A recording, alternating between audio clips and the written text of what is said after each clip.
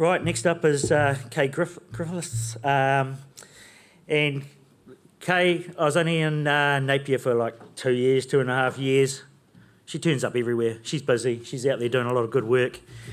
And she would like to talk about bats, so if you get a chance, go ask her about bats. That was my other abstract, was about bats, but that got thrown out. So, kia ora tātou. Thanks for coming along to hear about this journey that we've been on to control rabbits at Puahanui Bush. I'm an ecologist working on restoration projects. I've been a member of Biosecurity Institute for about 30 years, so there's a few people I've seen around, seen here on and off over the years. And there's a lot of new people and young people coming through, which is pretty exciting for the industry, I reckon. Today I'm going to talk what we've been up to at Puahanui Bush, and I've slipped in the little ongoing bit there because we ain't at zero density yet, and who knows if we'll ever get there. I'm hoping we will. So Puahanui Bush, some of you will have been there. It's been a destination from the Lower North Island branch meetings. Have we got a pointer? How does that work? Oh, there we go. So basically in the middle of that map there of Hawke's Bay, it's on Highway 50, just north of Tikakino. It's 130 hectares of lowland potocarp. One of the botanists, Chris Lusk, he calls it the largest area of dryland potocarp left in the world. So it is very, very dry, and hence the large numbers of rabbits.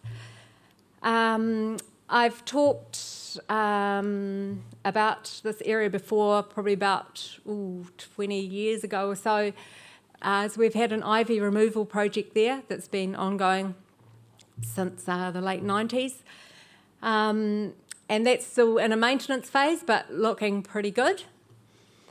In 2018, we formed a charitable trust for management of the bush, just because in the funding, the way that things were being funded, then you needed to kind of be a legal entity rather than kind of doing things just off the hat as we had done before that. And as part of that, we decided that we would need to put together a strategic plan. And the biggest thing in the strategic plan, our highest priority, was to get rid of browsers. And that included rabbits, deer, pigs and rabbits. And so we knew rabbits was going to be a little bit contentious in terms of controlling them, because yes, they are hard to control, and how on earth we were going to do that. But we knew, we could see on the ground that they were doing an awful lot of damage. So we put in some 6-paired exclosure plots. And I know that's quite small there, so don't worry about reading it too much. It's this was a poster that was presented at NETS a couple of years ago. But basically there was, even within 1 year of difference between the open and closed plots, there was a massively significant difference between seedling density and diversity. And that's what the old rabbit was doing. And that was the data, but really, on the ground we could see that as well, because there was just such a lack of seedlings. There was the odd thing that wasn't palatable that was getting through, but there was a lot of browse of anything palatable, looking like that. And in some areas, the leaf litter even was being consumed, and we had cameras up, and the rabbits were just so hungry that they were consuming all the leaf litter as well. And of course, the leaf litter drives all the ground-dwelling invertebrates, so we're really depauperate in ground-dwelling inverts now. So we knew we needed to do something. So the first thing that happened was the deer fencing went up. And just really want to acknowledge the Hawke's Bay Regional Council. They've been hugely supportive of this project. and they actually put together a massive Jobs for Nature project for deer fencing a whole heap of high priority blocks in Hawke's Bay. We decided to just go over the top of the existing fence just to give us extra strength for pig reinvasion. And it also meant, it was a bit of an easier job because the line was already cut and more or less cut, and just ended up being a bit of an easier job. We used a local contractor, Shane Boskill, who him and his son have won the Golden Pliers a few times. They're really, really awesome fencing contractors, and they did a really great job. And we used the long life Waratah blue wire. So that's the old deer and pig fencing, and that went up first. And because we had that funding through Jobs for Nature, we were able to use that to leverage funding from Lotteries, Environment and Heritage Fund. So they like you to have at least a third funding of your project. So we bundled the whole project together as a browser exclusion and control project, and managed to get funding through Lotteries for this rabbit exclusion. So this is again a Waratah product. You can see there that on the bottom there it's a rabbit proof, and we've, after talking to a whole heap of people, we've gone 700 high and 300 out. And then the 300 out was pinned down. So that was a bit challenging in places because it was a particularly wet winter when that was put in, and so just getting pins to stay in the ground was a bit challenging. But yeah, we did. But we also had a number of waterways, and that's before the rabbit proofing went on, and this is just the deer fencing up, and this was version number 1. So those big posts are all rammed right into sort of bedrock, and we thought we'd built this to withstand any flood that had been seen there within 100 years. But then along came Gabriel and took that right out. So what we went for then was a much cheaper version, because that first version was quite expensive. So we've gone for a version now that's still seems to be doing the job. We just use Waratahs, and it's actually looking a little bit different than that now. We've got metal concrete posts along the bottom of it. They do need to get checked every time there's a flood, because the rubber matting, so that's conveyor belt, and it's been used in quite a few places in Hawke's Bay for floodgates, and it's actually working really, really well. So it floats up with the water and comes back down. And that's another floodgate there. The fence got completed in July 23, and so the plan was to complete the fence, get the pre-feed out and the toxic out all within a pretty short period of time. I originally thought that we would poison before the fence got completed, but Jake, I don't think Jake's here, is he? He wasn't sure whether he was going to make it. So Jake Bocock from Rural Pest Services did the work for us, and he's probably the most experienced rabbit contractor in Hawke's Bay. And he said, "Nah, you'd be wasting your time doing it before you've closed the fence in."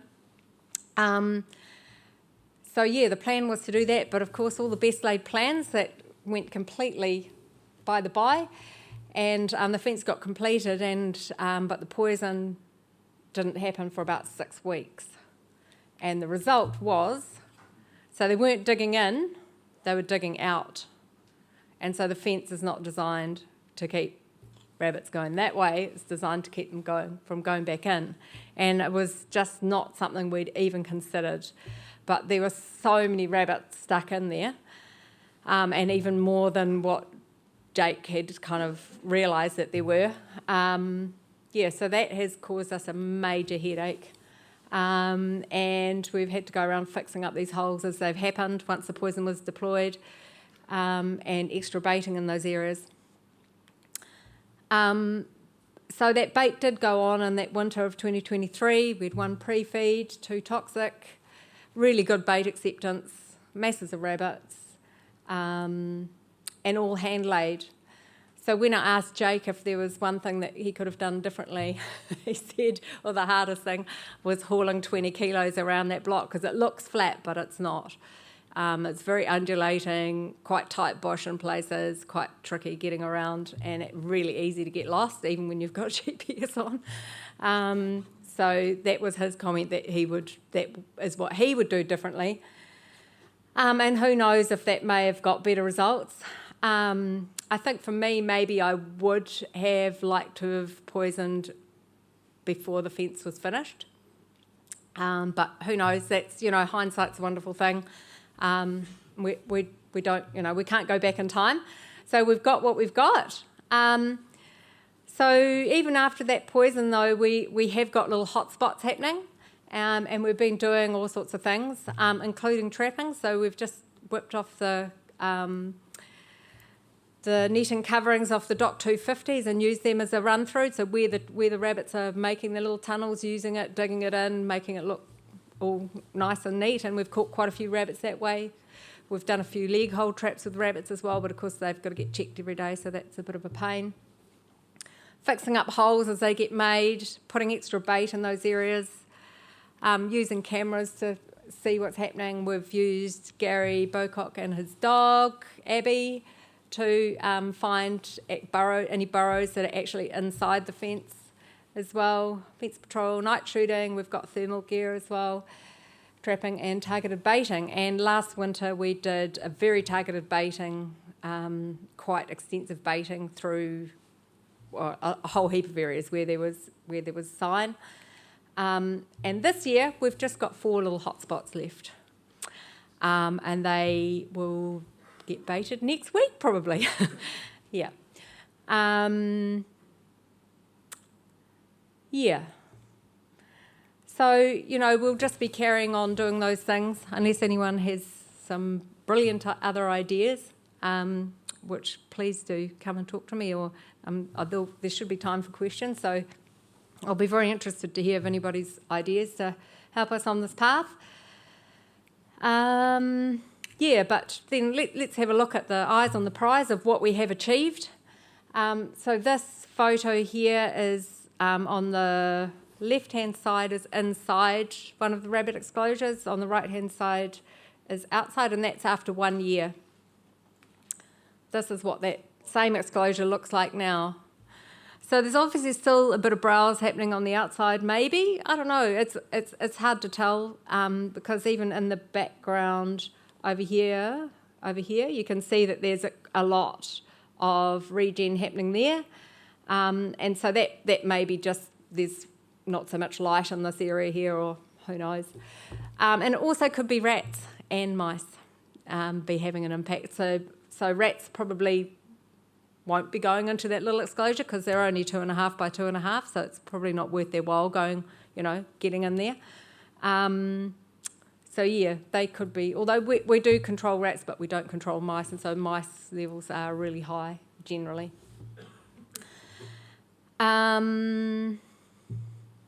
Yeah, we've got leaf litter, and nearly all the places where we didn't have leaf litter before, we've got masses of leaf litter now, and you can lift up the leaf litter, and there's springtails and isopods and things happening. So things are starting to come away again. Our predator numbers have dropped. So over the past 10 years, we've caught around 50 to 70 cats per year around the outside, or all through it, and now we're down to about 20. So that's, we don't know, but I'm guessing it's a result that there's not so many rabbits around. And a lot of the ones that we are catching now are outside and actually around the buildings that are close to the bush. And everywhere we go, there's this awesome regeneration happening, which is really great for the longevity of the forest, and hopefully we'll start to get some of the canopy species coming through as well, because they one of the things that was definitely missing, which some of that may have been deer browse as well, but we think most of it was happening from rabbit browse. It's a really awesome piece of bush. It's got a couple of colonies of long-tailed bats living there. See, I got bats in. All sorts of cool invertebrates. This guy just done a moth study there and picked up over 200 species of moths, a couple of which haven't been found in the North Island before. So it's well worth saving, and we're pretty hopeful that we're on the right track to get down to zero density. And that's all.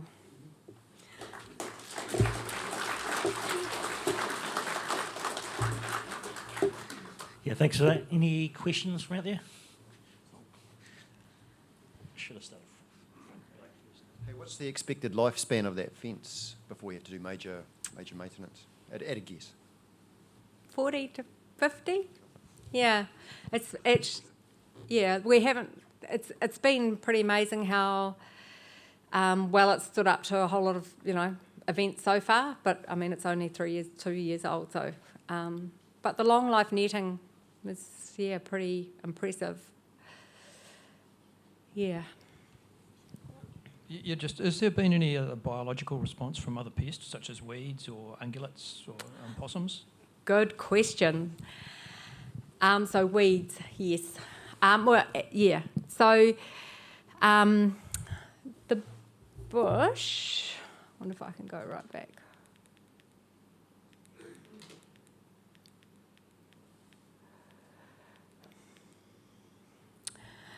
So around the outside of the it's a bit tricky, this thing. There had been a lot of hawthorn on the farm all around, and this here is Griffiths Homestead, and that's a big Cornish garden, 20 acres. And that's where the ivy came from. There's Japanese honeysuckle in there as well. Those are the two major things that we're controlling, but there's also bay, a whole suite of sort of weed tree species, tree privet and all sorts of things. And yes, we've noticed an increase in some of those species. So some particularly on this southern side, there's quite large areas of hawthorn, which in the past we haven't worried about. People like, oh, you should control them. It's like, well, actually they're not really. They've done their spreading. That's only natives coming up underneath them. So, but now we're seeing a few hawthorn seedlings coming up. So yeah, it's just something we're keeping an eye on. Yeah, it doesn't seem to be too bad. Quick. Go. I'll talk quick. Good work with what you've done, but was there any particular reason why you didn't choose 1080 for your bait? No, that was just the recommendation from Jake. I think possibly if he was to do it again, we probably would consider that. There were shitloads of rabbits in there, living everywhere inside. So. Certainly from our experience in the deep south with rabbits, with our experience in the deep south with rabbits, 1080 is definitely a better bait for that type of work. Yeah. Yeah, hindsight, eh? Okay, thank you very much.